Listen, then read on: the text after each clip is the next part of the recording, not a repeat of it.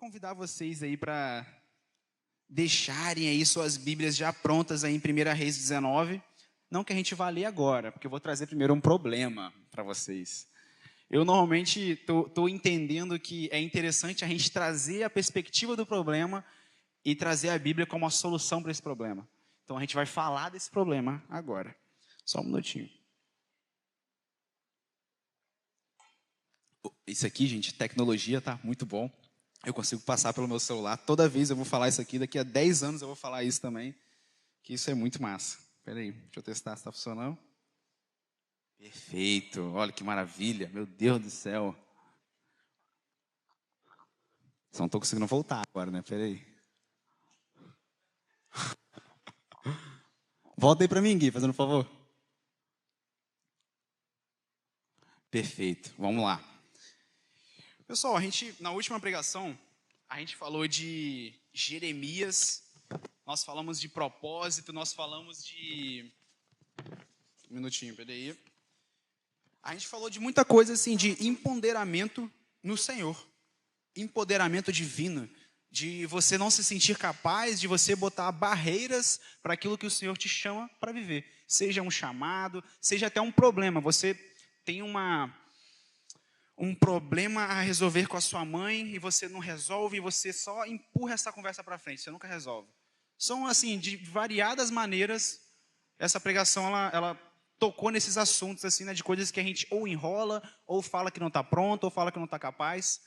E no final dessa pregação a gente entendeu que o Senhor nos chama independente se a gente está pronto ou não. Só que existe um problema na caminhada cristã que às vezes a gente ignora. E que hoje ela até existe assim, né? Acredito que não é um problema hoje da nossa igreja, mas isso é algo muito fácil de cair. Que é assim, a gente chama hoje de burnout, né? Também, né? Que é um cansaço extremo, seja causado pelo trabalho, seja por ansiedade, seja pelas desavenças de família e por aí vai indo. E eu queria primeiro trazer uma pergunta para vocês, dentro desse problema. Por que a sua fé parece tão forte num dia e tão frágil no outro? Como assim, Arthur? O que está acontecendo? Vocês já passaram por isso? Todo mundo já passou por isso? Você está fervendo no domingo, o negócio está tipo assim, louvor maravilhoso, a palavra foi top, tudo maneiro. Aí chega na segunda, bum, naquele rasante, lá no chão, baixinho, horrível. A semana começa péssima. E é impossível ninguém nunca ter passado por isso. Acho que até uma criança já deve ter passado por isso, né? Passou o final de semana inteiro num parque aquático, aí chega na segunda, tem que ir para a escola. Acaba com o ânimo da criança. Então, assim, do mar novo ao mar velho, todo mundo passa por esse alto e baixo, esse fogo e caverna, né? Que é o título da nossa pregação de hoje. E por quê, né? Por que a nossa fé parece tão forte num dia e tão frágil no outro? Eu queria trazer uma conexão para vocês aqui com a nossa vida real nisso, né? Tem algumas frases ali, e esse meme, ele explica perfeitamente isso que a gente está trazendo aqui, esse problema do alto e o baixo, né? O líder que ministra com autoridade, mas deita no travesseiro sentindo que fracassou. O jovem que tem uma experiência linda no retiro, foi no Reviva, o negócio pegou fogo, a vida dele mudou, a perspectiva dele de igreja, de vida, tudo mudou. A vida do cara abalou totalmente. Mas ele volta para casa e entra em crise. Ou o cristão que ora, canta, serve, mas está esgotado por dentro. A gente tem diversos exemplos que a gente consegue caminhar nesse problema. Diversos. Mas todo mundo passa por isso. Todo mundo. Eu ainda não vou fazer citações bíblicas, porque a gente vai ler aqui pessoas que passaram por isso. E isso é muito comum.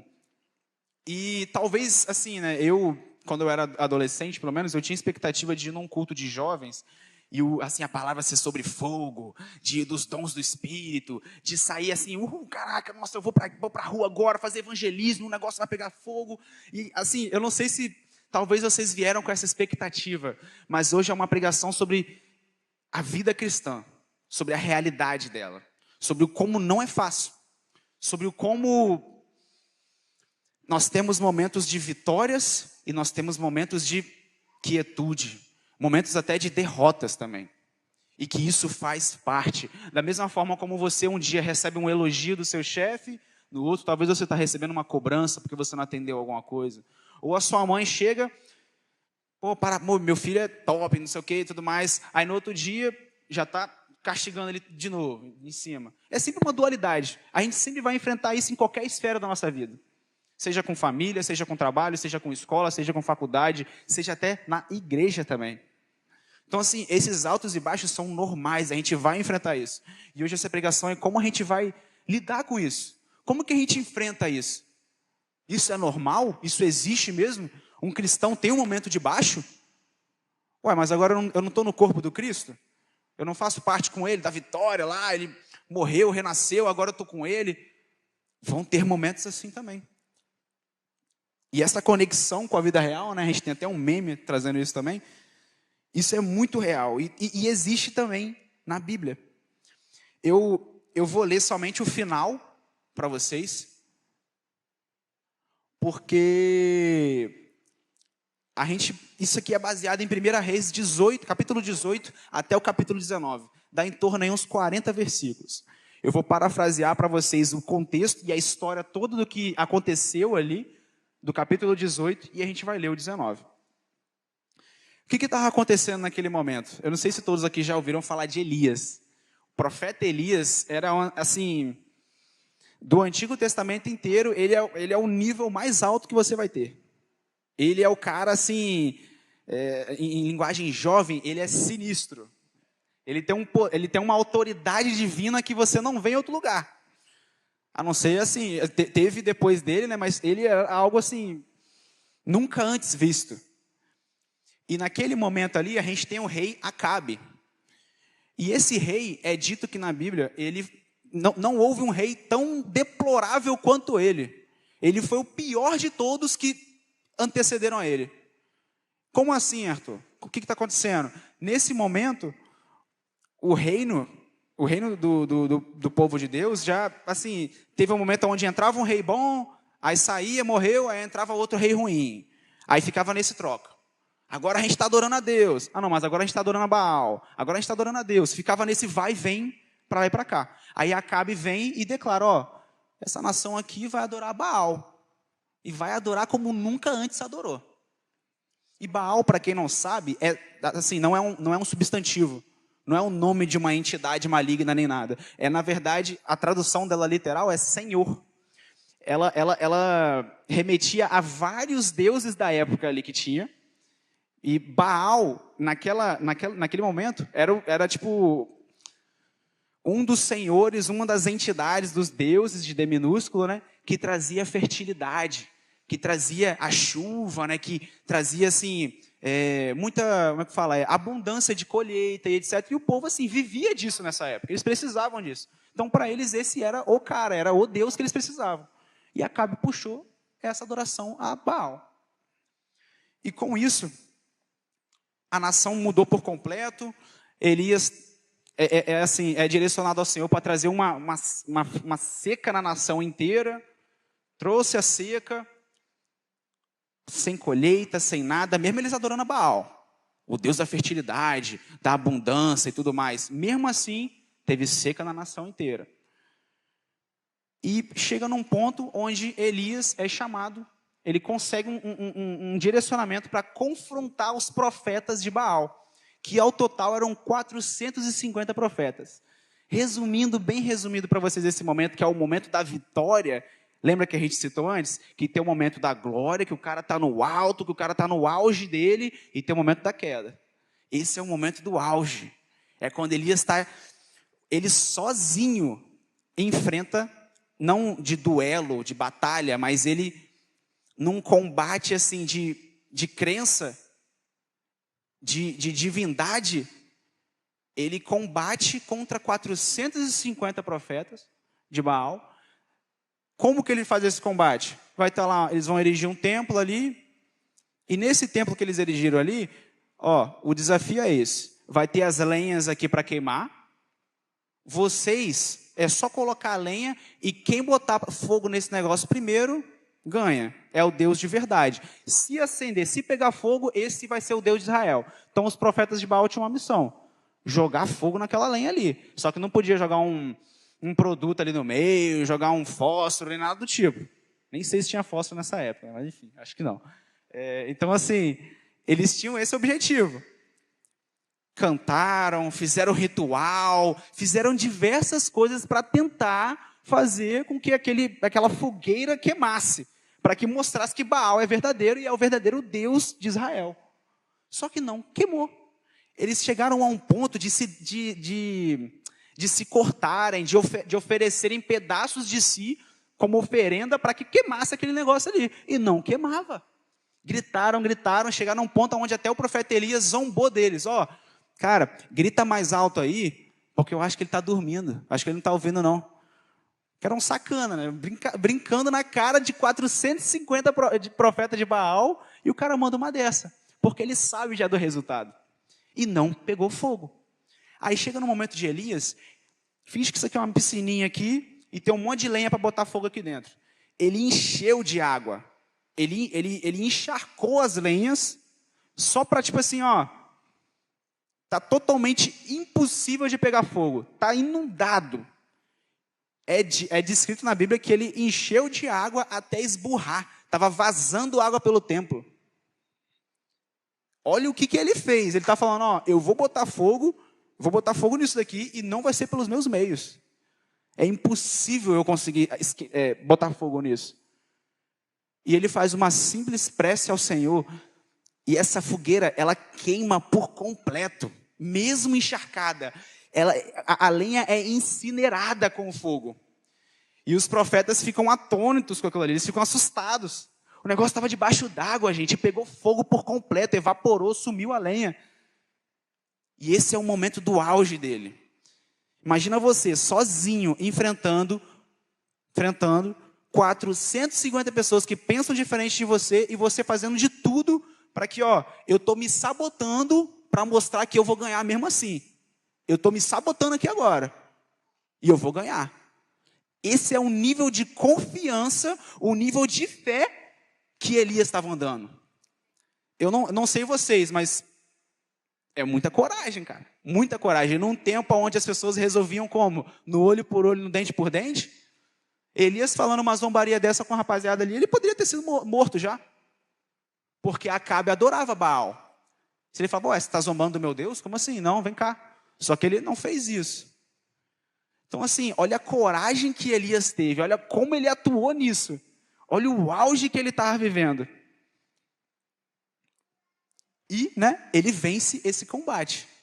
Tanto que a gente vê a volta, o cessar da seca, citando isso no final do capítulo. E aí a gente chega num momento onde eu acho que todos aqui já ouviram falar de Jezabel, que era a mulher desse rei Acabe.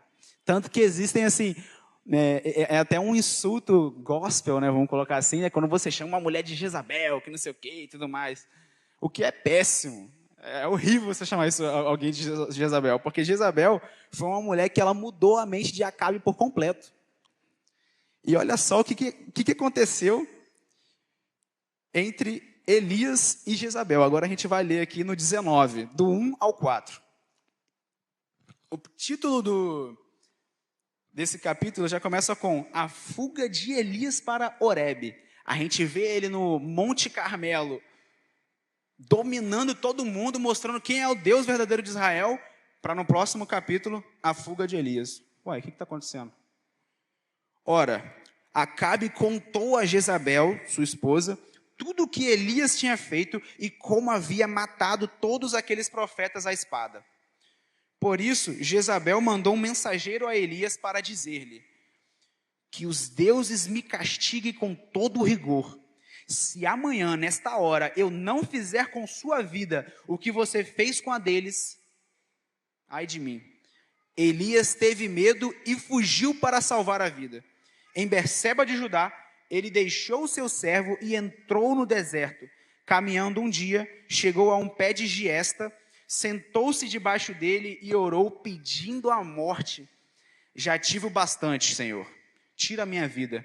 Não sou melhor do que os meus antepassados. Depois se deitou debaixo da árvore e dormiu.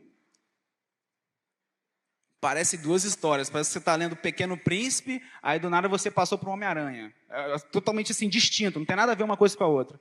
Você vê um cara corajoso, confiante, combatendo ali a fé pelo Deus que ele crê, pelo Deus verdadeiro, e vencendo, descendo a espada nos 450 profetas que tinha de Baal ali. Ele venceu algo impossível. Ele foi contra uma nação. Vocês têm noção disso? O auge que ele estava vivendo, o quão alto ele estava ritmado.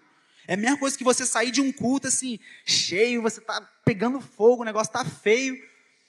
E aí vem alguém, sabe assim, cara, você está no seu auge ali, cara, você está no seu momento com o Senhor, cara. É algo assim, indescritível. Esse era o momento de Elias. Ninguém abalava ele ali. Mas aí, algo assim, mínimo, algo pequeno, algo vem e abala ele. Um estalar de dedos. Isso aqui não é uma... eu não vou entrar no tópico de, era uma mulher que fez isso, que não sei o quê. Não, o foco não tem nada a ver com isso, gente. Caso você entrou nessa linha, sai dessa linha. O foco é que nós estamos tão sujeitos a derramar, a deslizar e cair, que não importa de onde vem. Pode ser a sua mãe causando isso com você, pode ser o seu chefe causando isso com você, pode ser a sua esposa, pode ser o seu marido, pode ser qualquer coisa. Você está no seu auge, mas parece que você esquece daquilo que está te guardando, daquilo que está te impulsionando. E esse é o contexto bíblico que a gente tem a respeito desse problema, né? O primeiro ponto que a gente tem para entender disso tudo, o que você deve saber e fazer. Como é que a gente reage perante isso tudo até que a gente viu aqui, mesmo com Elias?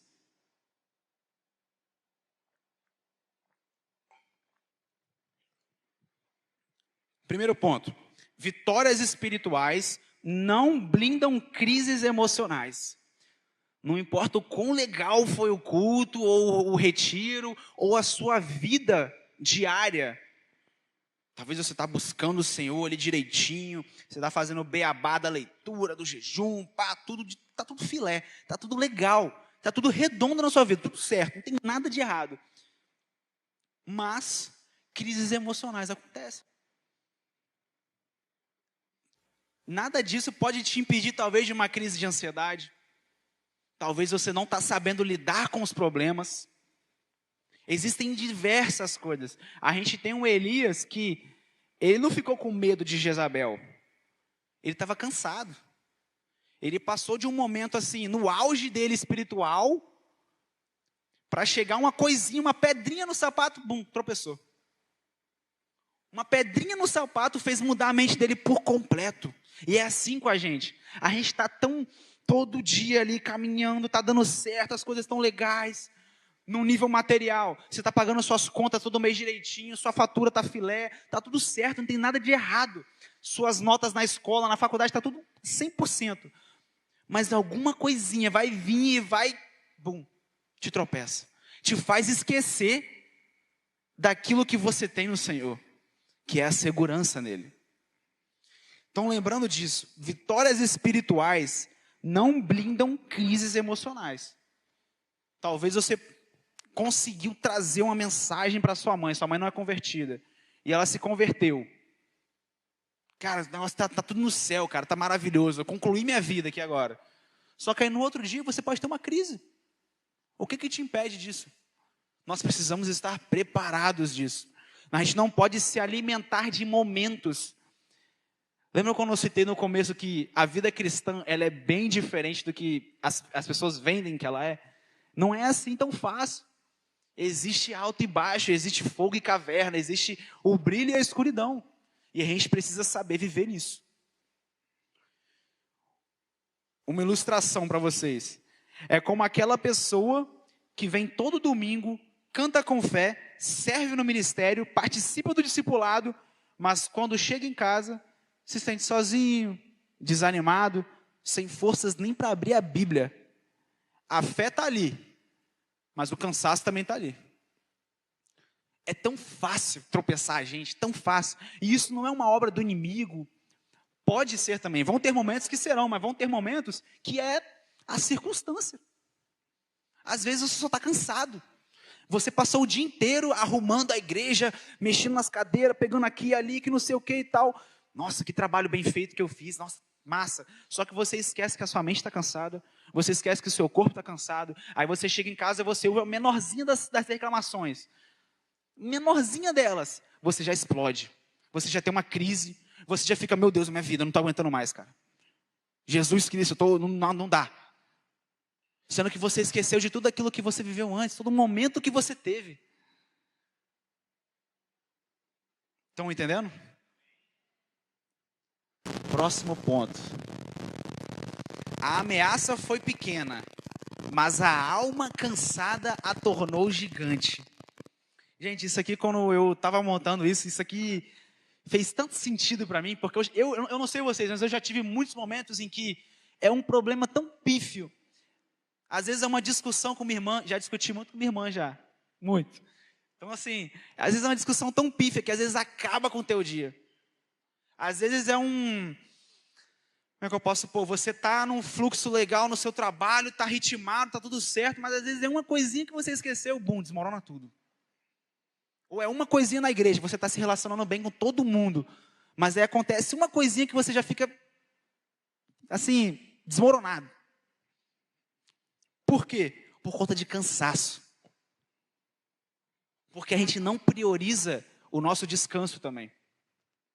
Nós precisamos descansar. Eu tive um problema na minha vida cristã, por boa parte, em que eu me enxergava como uma ferramenta ao Senhor. Eu tive dificuldades em me enxergar. Estou me abrindo isso para vocês, isso é um problema que hoje eu posso abrir. Já estou curado disso, já, glória a Deus. Mas é um problema que eu me identificava como uma ferramenta, porque eu tinha dificuldade de me ver como filho do pai. Eu tive problemas com meu pai não me criou junto com minha mãe. E isso me deixou assim, numa situação de lama ali, de não conseguir andar direito, de não conseguir ir para frente direito nisso. E isso acontece, isso atordou a nossa sociedade quase que inteira. Por quê? Porque nós não estamos cuidando disso. A gente não para olhar o nosso interior, para entender como que a gente pode ser para o Senhor. Nós não somos ferramentas para ficar aqui o dia inteiro fazendo isso, e somente isso e acabou. Eu estou aqui o dia inteiro para arrumar e pronto. Eu estou aqui o dia inteiro para tocar e pronto. Eu estou aqui o dia inteiro para isso ou aquilo. Vão ter momentos que serão isso. A vida cristã também faz parte disso. Um levita também. Muitas vezes ele cansava. Ele precisava arrumar, precisava montar o templo, precisava desmontar. Era isso e isso. Isso desmontava, montava. Desmontava, montava. Imagina a vida de quem ficava carregando a arca. Cansava também. Precisava ser mais de 4 pessoas. Vamos pôr aí que era 4 pessoas carregando, um cada um ali. Tinha que ter um rodízio. Porque Deus não deu força de sanção para cada um dos 4, não, pô. Então, assim, a gente precisa ter esse cuidado. Precisamos cuidar do nosso interior nisso. Pois se a gente não cuida, uma hora a gente vai desmoronar. Da mesma forma, é uma casa. Se você não cuida da sapata da casa, né, da base dela, da coluna e tudo mais, a casa vai cair. Se você constrói ela mal, se você não tem a manutenção dela direito, uma hora tudo vai desmoronar. Não adianta o tanto que você prega bem, ou que você canta ou toca bem, não adianta nada disso, se a sua estrutura é fraca. Novamente vou ler isso. A ameaça foi pequena, mas a alma cansada a tornou gigante. Jezabel era uma rainha, era uma mulher politicamente muito influente na nação, mas, gente, pelo amor de Deus, olha o que Elias enfrentou. Elias foi contra uma nação inteira, contra a crença de uma nação. Quem é ela? Quem é ela? Elias viu o seu próprio Deus alimentando ele com corvos. Tem um versículo aqui que para mim assim, é uma coisa assim, absurda. Versículo 45 do capítulo 18. Enquanto isso, nuvens... Isso aqui já é no final de todo esse contexto que a gente passou aqui. Elias já venceu os profetas e agora está lá com Acabe falando, a nuvem está vindo para acabar com a seca, vai chover e vai ter bonança aí para a gente, mano. Enquanto isso, nuvens escuras apareceram no céu. Começou a ventar e a chover forte, e Acabe partiu de carro para Jezreel. O poder do Senhor veio sobre Elias e ele, prendendo a capa com o cinto, correu à frente de Acabe por todo o caminho até Jezreel. Só lembrando, Acabe partiu de carro. Existia carro nessa época? Não. O carro era aquelas carruagenzinhas com 2 cavalinhos puxando. Ou seja, o rei estava naquela, acho que é charrete que fala, tipo uma charrete. Ele estava numa charrete sendo puxado por cavalos e Elias conseguiu correr mais rápido que ele. A Bíblia está falando isso é um absurdo. O poder de Deus veio sobre Elias e ele fez isso. E ele ficou com medo logo depois.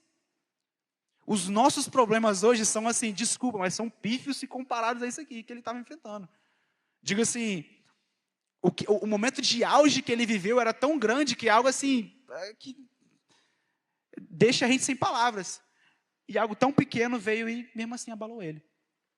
Mesmo assim fez ele tropeçar.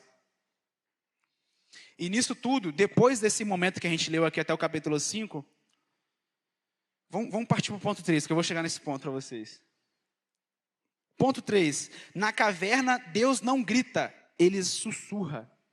Depois de Elias falar que ele queria a morte, o Senhor se mostra, manda um anjo para Elias, para alimentar ele. Ele chega como brisa suave para Elias, né?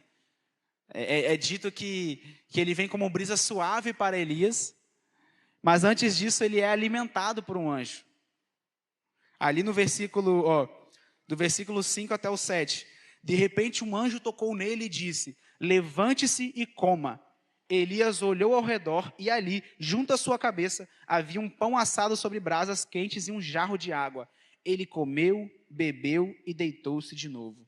Elias foi cuidado. Ele não chega, o Senhor não chegou com um terremoto, assim, Deus não estava nisso. Deus veio como um cuidado. Se a gente for passar para o próximo ponto, Deus não termina com quem foge. Termina, no caso, ele não... Você fugiu? Então eu vou te apagar aqui agora. Você fugiu do seu propósito? Não, peraí que eu vou riscar aqui agora no livro da Bíblia aqui. Peraí, no livro da vida. Não é assim que funciona, Deus não fez assim. Deus não termina com quem foge, Ele não apaga quem foge.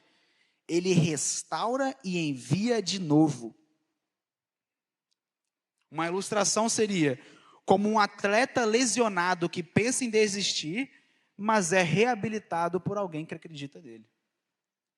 Na leitura, se você for puxar no final do versículo do capítulo 19, além do alimento, Deus vem com um anjo, dá comida, água para ele ficar do corpo dele assim, materialmente 100%.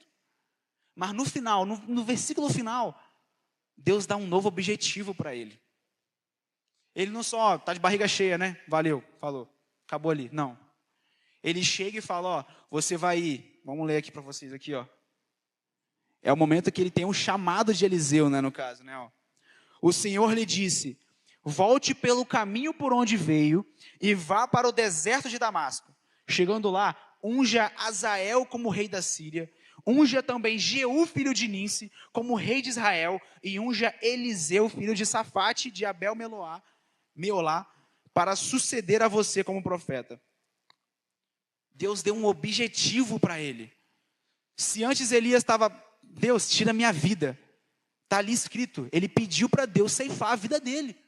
Elias, que viu o impossível acontecer, ele chega para Deus porque uma pessoa politicamente influente na nação dele chega e, o que você fez hoje aqui eu vou fazer contra você. E ele fica com medo. O Senhor vem, restaura ele e põe um novo objetivo para ele. É a mesma coisa com a gente. Nós vamos ter nossas dificuldades todos os dias. A gente vai ter momentos de auge, a gente vai ter um momento de vitória, a gente vai estar naquela sequência, aquelas semanas, aqueles meses, ou até anos. Você está vivendo anos de vitória, mas vai chegar um momento em que talvez uma crise aconteça. E isso é natural, é normal. A gente vai ter Davi, que teve que ser levantado da cama à força praticamente, em depressão. A gente vai ter Jesus no Getsêmani. Jesus fala para Deus poder passar, se for possível, passa o cálice adiante, meu Deus. Não foi possível, porque o cálice ficou com ele. E ele foi adiante mesmo assim, porque o Senhor desceu sobre ele, porque o Senhor injetou poder sobre ele. Então, se até o nosso Senhor Jesus passou por isso, e levantou, e foi, e enfrentou, por que nós não podemos fazer o mesmo? Por que a gente não pode olhar para as nossas crises e lembrar, o Senhor vai me suportar? A gente tem diversas passagens na Bíblia de pessoas que passaram por problemas de quase morte. Morte, assim, não de uma doença, de você poder morrer talvez em paz ali e tal, mas de morte, assim, de espada, assim, de guerra, sabe? A gente tem diversos momentos, assim, de mortes aterrorizantes, mas mesmo assim, o Senhor esteve lá. A gente não tem um momento aqui onde, e Elias foi abandonado pelo Senhor e, bum, acabou o livro ali, acabou a Primeira Reis. Tem uma continuação. Elias continuou. Elias teve um herdeiro, Eliseu, que teve o dobro de unção do que ele teve. Então, assim, a nossa história não acaba na nossa crise. Ela tem uma continuação, só que ela só vai ter continuação se você ouvir ao Senhor. Eu lembro de eu citando isso na minha outra ministração também, que não basta você somente ter a coragem para ir. Você tem que entender a voz de Deus. Elias, como um profeta do Senhor, ele se colocou de prontidão a ouvir a voz do Senhor e entender ela. Se Elias não tivesse intimidade, se Elias, mesmo que no momento de crise, ele tapasse os ouvidos ao Senhor, acabou a vida dele ali. Ia acabar para ele ali. Talvez Jezabel ia achar ele escondido. Ia matar ele. E aí, em algum momento, talvez ia achar todos os outros profetas e matar todo mundo também. Então, assim, não basta somente você entender a sua crise, você precisa ouvir ao Senhor. O Senhor tem uma palavra para cada um de nós, para tirar-nos do nosso buraco. Nós não nascemos para ficar em deserto, a gente não nasceu para ficar escondido debaixo de árvore, a gente não nasceu para ficar escondido dentro de caverna. Nós nascemos para viver o chamado do Senhor. E só vamos viver esse chamado quando nós ouvirmos a voz dEle, aceitarmos o alimento que Ele tem para nós e entendermos o conselho, entendermos o objetivo que Ele tem para nós. Todos nós temos um objetivo. Elias ouviu o objetivo dele e cumpriu, até porque nós temos um Eliseu para poder falar na Bíblia. Se temos um Eliseu é porque Elias cumpriu esse objetivo. Qual será que é o nosso objetivo? Será que estamos deixando de cumprir algum objetivo do Senhor? Algum plano? Talvez o objetivo de Deus na nossa vida é a alma de uma outra pessoa. E a nossa indecisão, a nossa surdez, o nosso medo, a nossa crise que a gente deixou assolar sobre a nossa vida, está custando a vida de uma outra pessoa. E hoje nós vamos passar, eu citei isso também na outra. Hoje, agora, nós temos esse conhecimento. Nós iremos dormir hoje, sabendo que nós temos um objetivo e que a nossa crise não é maior do que esse objetivo. Nós podemos ser reenviados, nós podemos ser levantados. Todo mundo está entendendo?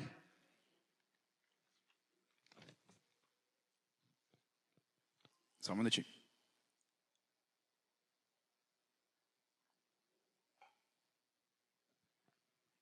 E agora eu quero chamar vocês a uma decisão. Lembra que eu comentei, né? Que não seria uma pregação sobre o fogo. A gente tinha um foguinho aqui no slide, né? Tinha um foguinho pegando ali e tudo mais. O Gui até me zoou disso. Só que a mensagem não é sobre isso. É sobre a caminhada verdadeira em Cristo. É sobre a gente entender que a gente vai ter os baixos também. Mas como que a gente vai reagir com isso? O que nós vamos fazer com isso?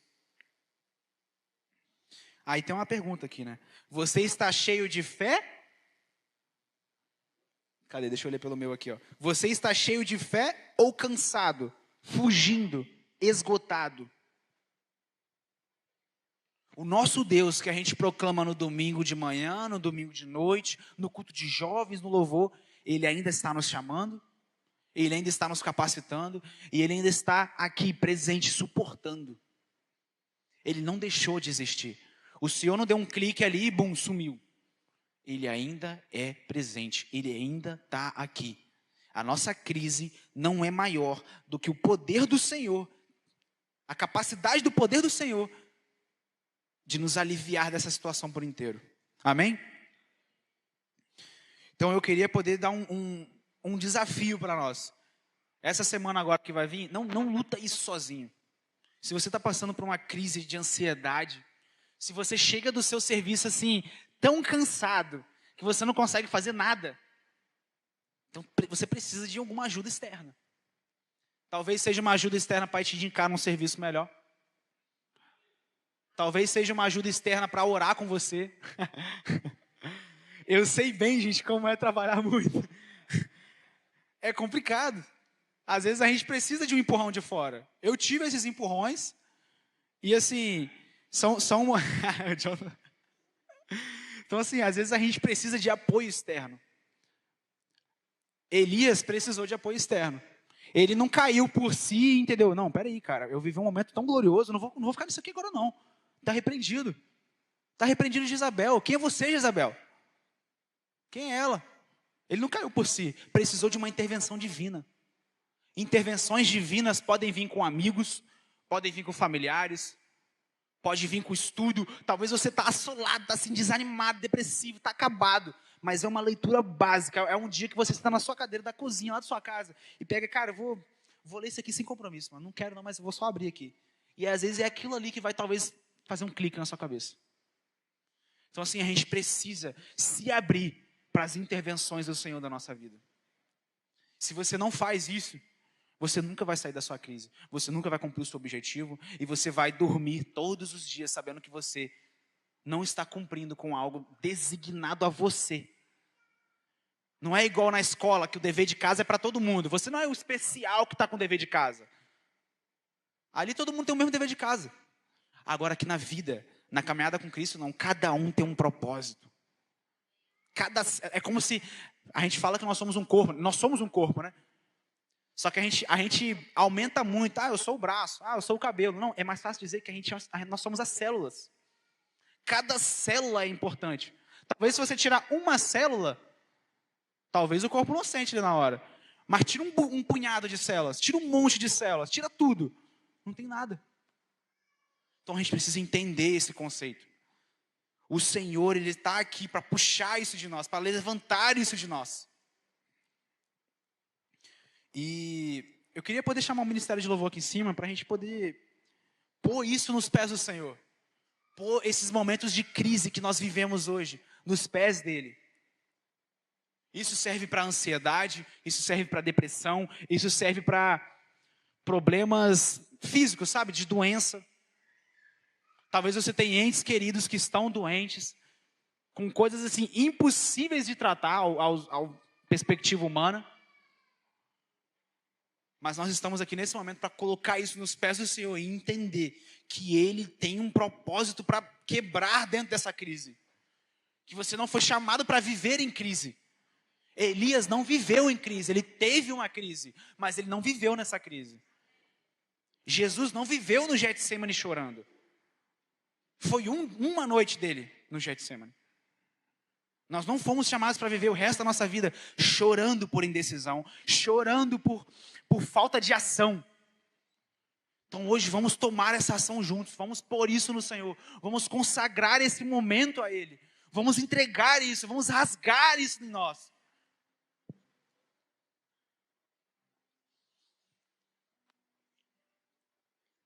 E eu queria ter uma mensagem para vocês gravarem isso na mente de vocês. Nesse momento que a gente está fazendo agora, né?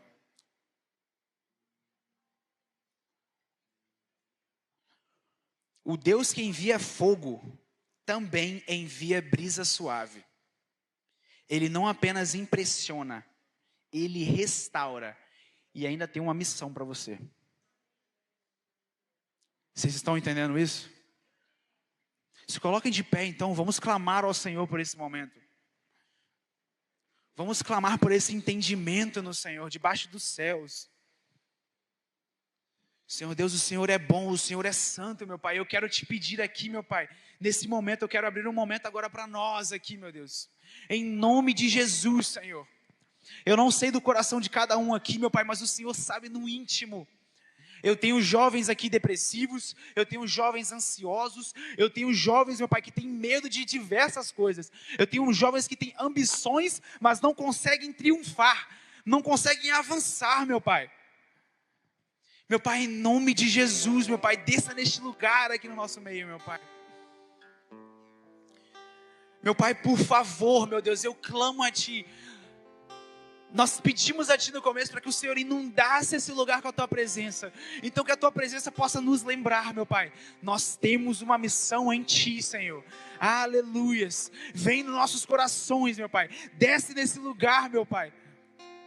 Se você tem algo preso no seu coração, se você tem algo garrado dentro de você, que você precisa largar isso para trás. Se você está vivendo uma crise hoje, não está sabendo sair disso. Se você tem um momento da sua vida hoje, da qual você não sabe nem como entrou e não sabe nem como sair, vem aqui na frente. Eu quero poder orar por você, eu quero poder tirar isso, eu quero poder girar uma chave na sua vida. No nome do Senhor Jesus.